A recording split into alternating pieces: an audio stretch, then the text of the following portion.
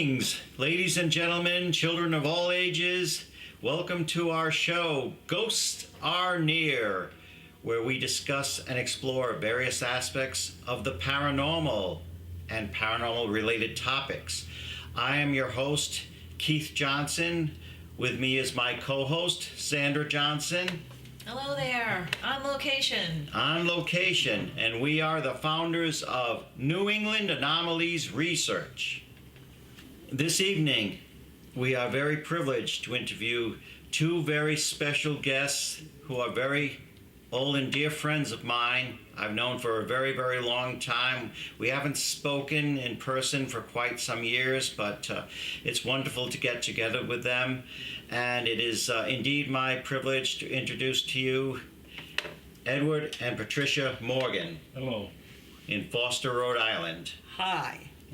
I have heard a lot about you guys. Of course, I've known Keith now for a good 20-something years, 19, 20, 30, somewhere along those lines. Well, it wasn't actually back in the 1920s and 30s. We're a little younger than that. Well, I've known you longer than that. Yes, you have. You have known me longer than that. So, now, you two are actually pagan clergy through the Moon Shadow Institute. Yeah, That's correct. Can we you- definitely are, yeah. Tell our audience a little bit about what that entails. We went to school with Moonshadow. We took a long time doing tests, learning and doing, in other words, it's more like even in the business end of it as well. And we did after a period of time, we did thesis, and we passed, and we were ordained as ministers of the old religion. Can you elaborate a little bit on the old religion? Our audience might not know. It's purely a pagan religion. It really was built on the pagan religion, and Ed makes a lovely minister, by the way. I'm sure. We've done many weddings. We've done some here in the back in our yard. We have done many parks. We do mixed marriages with pagan and Christian. We're doing it with a Christian minister, where the minister is, and we work it together. We do it with the children. We like to initiate the children into a helping out. They don't need to have a religion to help out. You know, scattering rose petals in the circle, moving things around, handing things around. They like to hold the broom when the bride and groom jump the broom. They like stuff like that. So we like to bring them into it. Ed's very, very good with them. He talks very well. He makes them at ease, especially a little difficult with some people that are in there, but he brings them at ease. And we have certain steps that we go through to make sure it all comes out the same, and then we get papers, and it's legal. Yeah, if I can give a brief history so you know who Absolutely, we are. please do. Right. I married her, right? I know how that is. Well, no, but the trouble is, what did I marry? Right? Because What were you getting into? one simple things like, after I got married, watching TV, and she sees the hitman on TV, and she says, "Oh, I know that guy." Scared the hell out of me. But it's just out of that neighborhood, she knew him. But the point is, though, that she was psychic. And psychic without control is, you have problems, because you can't, input of information and feelings and all that is terrible. So what happened was, over the years, to control her thing and to learn from it, we studied many religions. She's knowledgeable on many, and learned how to control it that way. That's how we got into the pagan thing. And pagan thing is one narrow aspect. We're more than that. We're not just pagans. I believe in all religions and all that. I believe they're all valid and different, but that's the only reason I'm covering that, is that broaden your perspective if you're doing the research, okay? Absolutely, Yeah, absolutely. Yes, the thing was that I would have incidences driving with my children in a busy street, and a window would open up. I could see something going on in there, I can only see peripherally to drive. So I'd have to try to get over to the edge of the road. I had to fix that.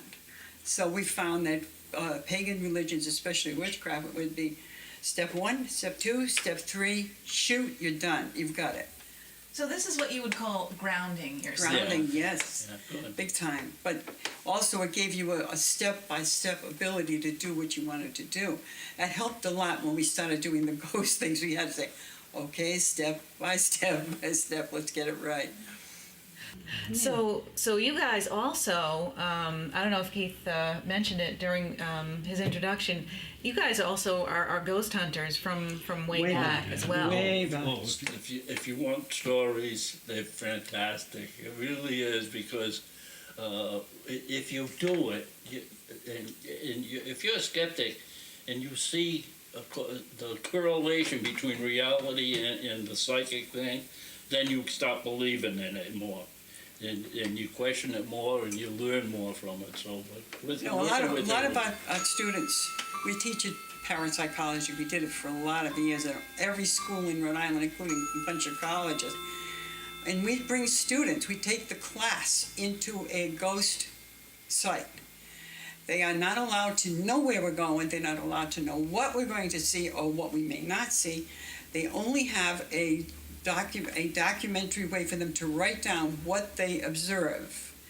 Then they are allowed to turn loose. They're not allowed to speak to each other, and they write down every single thing they see. And then they come back, and we all sit around with the people who invited us in. We lay the papers out, and we look at them, and everybody now suddenly, the kids would say to me, or the ladies, or the men, some of them were quite elderly, say, well, we saw this. And about 10 would stand, we saw it too.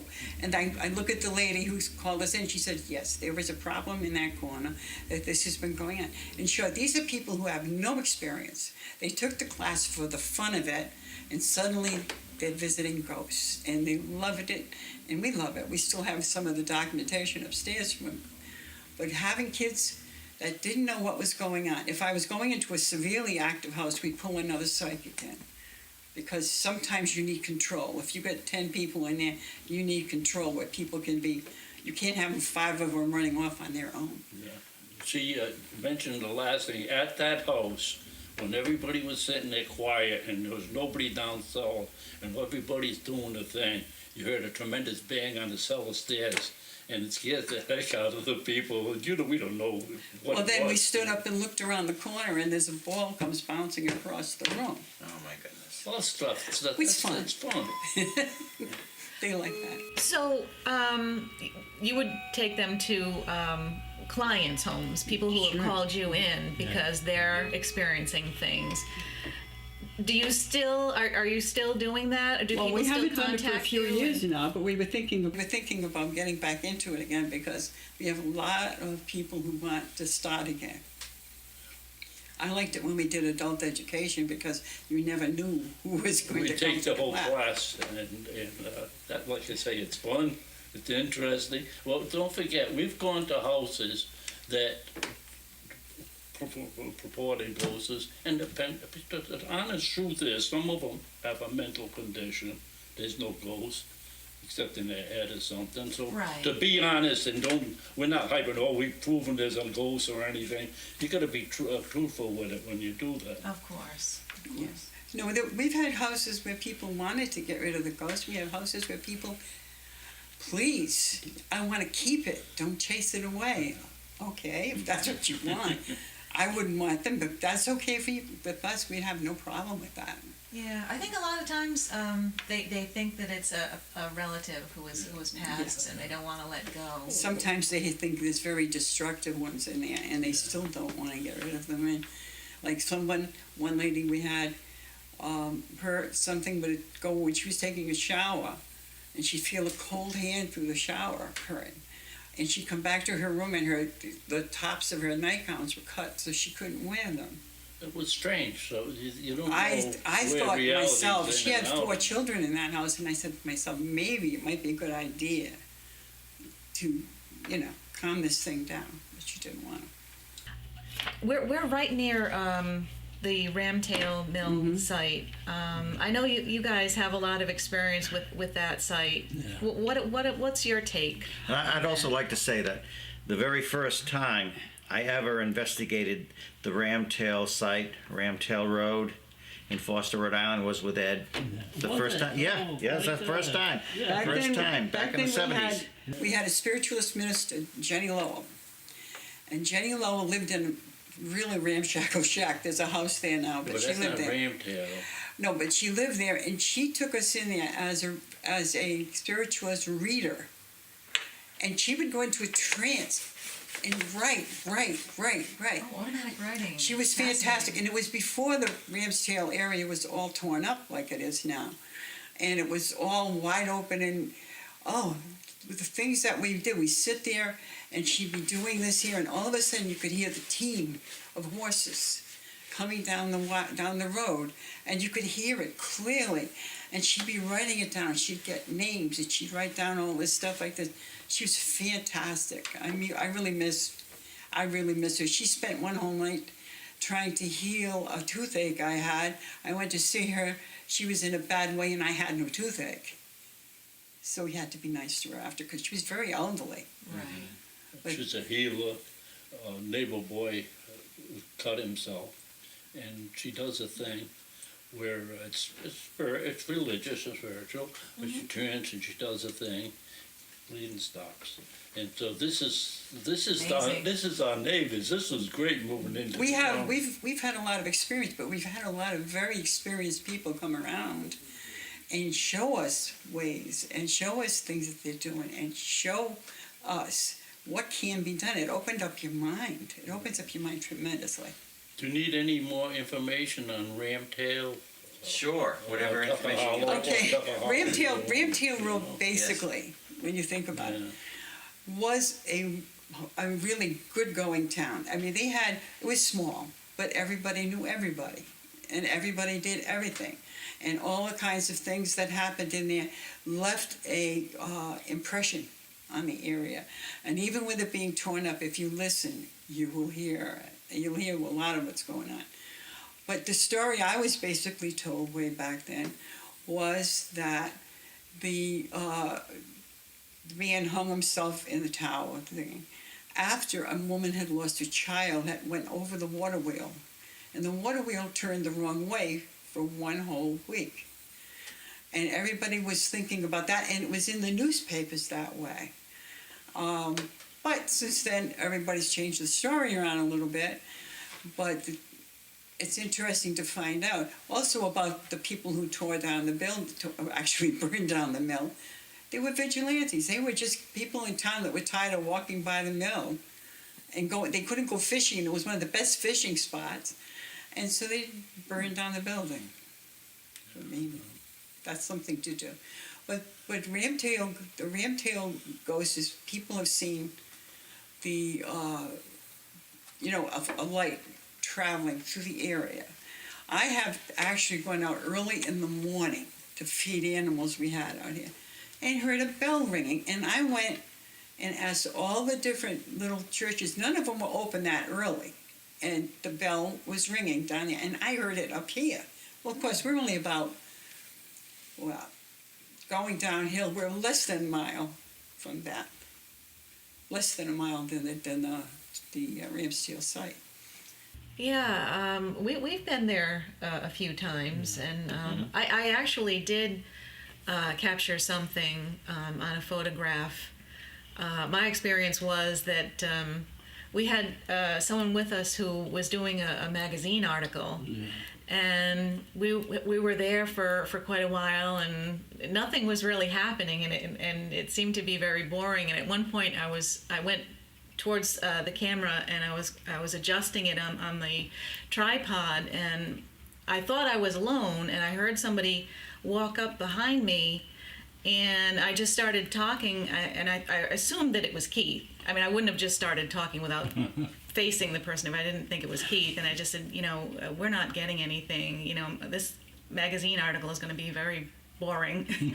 And I didn't get a response, and I turned around expecting to see Keith, and there was nobody there. So I just hesitated for a moment, and then I snapped the picture, and there was a light anomaly. Yes, a segmented light. Oh, there And is. you know how dark that place is. Yeah. There's no natural Well, light. there- It's happening all the time. We There just is don't another perceive kind. it. There is Oh, another yes. kind there too. Right. On Pontigansett Road, I've taken pictures. I can show you the pictures of a green, about 3 feet high ball of light that rolled across and went into the bushes on the other side. I'm standing there with the camera hanging, and I'm looking at it. I didn't believe what I saw, and I said, "Oh, camera, picture, snap, snap."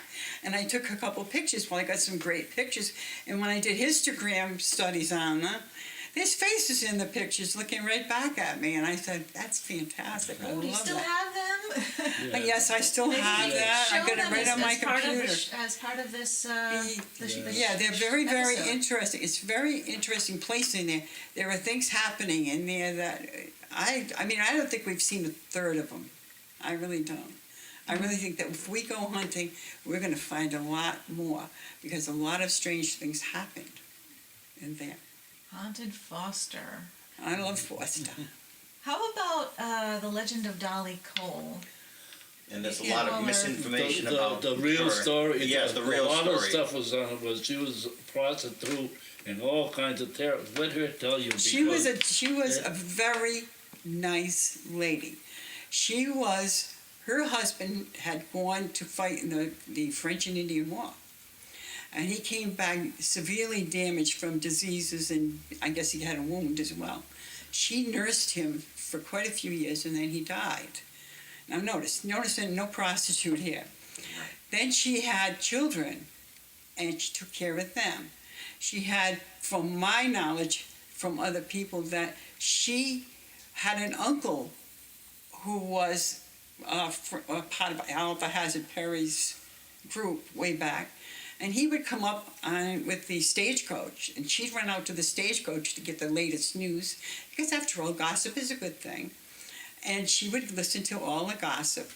And he would come, and she was standing there talking to him one day, and he was in his coach, and she said to him something about, "Oh, I just got stung." And he looked, and he could see a hornet on her dress. From that time on, whenever he was naming a dreadnought or a ship, he called it a hornet, a wasp, things like that there. And it went down. It's been like maybe 5 generations of ships have been named for those kind of things. But she was very nice. She was very smart. There was a fire in her house that she built a little further in. She's in the cemetery. She passed away at age 92. I mean, a lovely lady. She was one of the ladies of the town. Her husband had a lot of power, and she had a lot of, shall we say, persona in the town. She was a great lady. Now, they mixed her up with the Tucker Hollow ghost. They mixed her up with another ghost that's in the water over there. And another place, I'm not quite sure where they went on that one, but they mixed her up with a lot of things. Dolly Cole was a lady of great stature. She dressed well. She went to church on Sunday. She raised her family. She did everything. So I don't think she's that bad. But there are a lot of ghosts over there, and they don't have to be Dolly, you know. Okay, well, how about Betsy Grayson? What can you tell us about her? Betsy legend? Grayson, mostly, it seems to me, from everything I heard, there's been kind of accidental what happened with her. And she's just trying to figure out what happened to her. That's all she's trying to figure out. She comes out, "Oh, okay, what am I supposed to do next?" You know what I mean? That kind They of a call thing. her the woman in white. Yeah. Yeah. Well, if she was working when she drowned, and when she, all right, you work practically like a slave, which, by the way, there were 8 slaves in Forster Really? after the Civil War. There was a lot in Newport, but Forster had 8 right back then. Really? Anyway, she worked really, really hard for a long time. I mean, you got to get your water in the stream. You got to wash your clothes that way. You have step-by-step stuff you have to do too. And suddenly she's dead. Now she's going to stand up and say, now wait a minute, what was I supposed to do next? You know what I mean? She can be angry too, for all I know, because I mean, I would be angry waking up that way. So do you think that she is not aware that she's passed? I think she's aware now that she passed, but I think she's still got that work ethic. What do I do next? What do I do next? Because she always appears to be heading in the same direction she would have went for the water. The same direction. She's in that same place. I mean, if she just wanted to haunt, she could go back to where she lived, which wasn't that far. It was within easy walking distance. But instead, she's right where she would have been doing her work.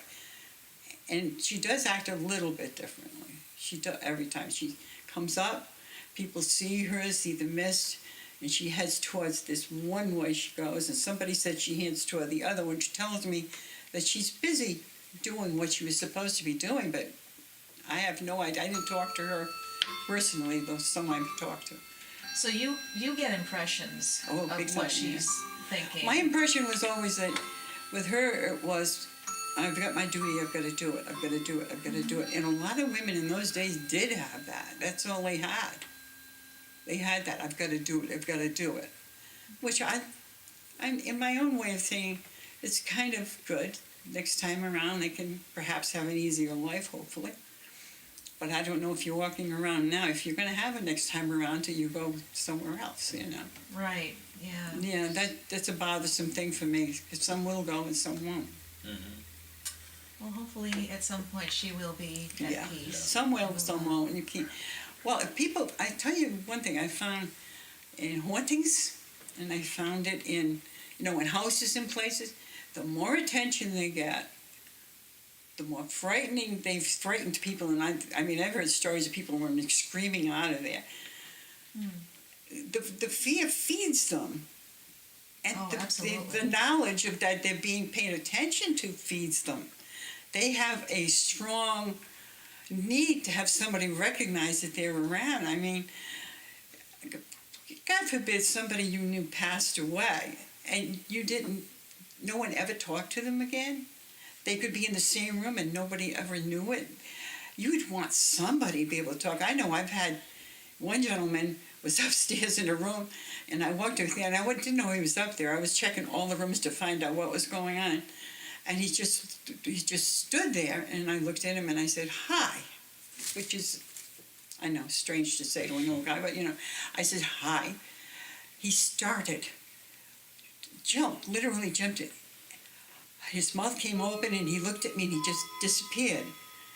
And I'm thinking to myself, here's a person who's never had anybody speak to him. I guess, I don't know how long he was in there, for 50 years. He looked like about 50 years difference in clothes. But later on, he made himself very well known. Very much often when we talked to him. But I mean, at the same time, I think sometimes we have to play with that in psychology. They're here for a reason. And you know, Pat and Ed, that's why one of my pet peeves, personally, is when these, usually it's a younger generation of investigators come in, and they think the thing to do to get a reaction is to go in and insult and provoke. I've heard that. And you know, it just makes my skin crawl when I see that, because, I mean, they have no idea who they're talking to, what they're talking to. And that, with what respect? Like he's heard me once. We had class, remember they were going around, and one of them was a little wise guy, and he goes, come out, wherever you are. Yeah. And he's like being a real wise guy, and I stopped him, made him go sit in the car.